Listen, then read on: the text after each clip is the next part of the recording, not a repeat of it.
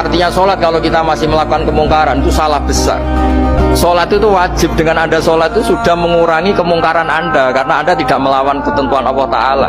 Orang mau sholat artinya dia menstatuskan diri sebagai hamba Allah, taken kontrak, kalau saya ini hambamu ya Allah, anta robbi, iya karena berdua, iya karena nasta'in. Soal salah ya salah aja, yang sama kita ini hamba Allah yang mengakui kalau Allah itu Tuhan, kita hamba.